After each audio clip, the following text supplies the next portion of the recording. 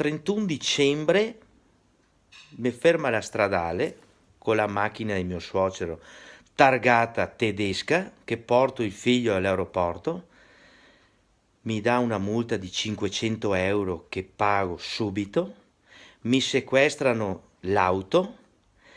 Voi non avete idea la trafila che devo fare per sta storia qua. 5 gennaio 2019, a distanza di poche settimane dall'entrata in vigore delle modifiche al codice della strada introdotte dal decreto sicurezza, in redazione arriva lo sfogo del coneglianese Sergio Bortolotto. Come lui, da allora le multe sono contestate da tutti i lavoratori stagionali. In Val di Zoldo, patria dei gelatieri, scatta la rivolta e a capitanarla è il sindaco Camillo De Pellegrin, che si rivolge alla politica nazionale affinché venga posto rimedio a quella che viene definita una vera e propria ingiustizia. A un anno di distanza la protesta non pare infondata. Il giudice di pace di Belluno, Fabrizio Schioppa, ha cancellato la multa di 712 euro inflitta dai carabinieri a un gelatiere zoldano. Secondo Schioppa sarebbe discriminatoria e non corrispondente a giustizia. E a lui il sindaco di Val di Zoldo ha espresso il proprio plauso per il coraggio e la caparbietà. Conferma questa sentenza tutti i principi, presupposti e le analisi che io e la mia responsabile del comune Alina Maier abbiamo fatto negli ultimi 18 mesi rispetto a un decreto che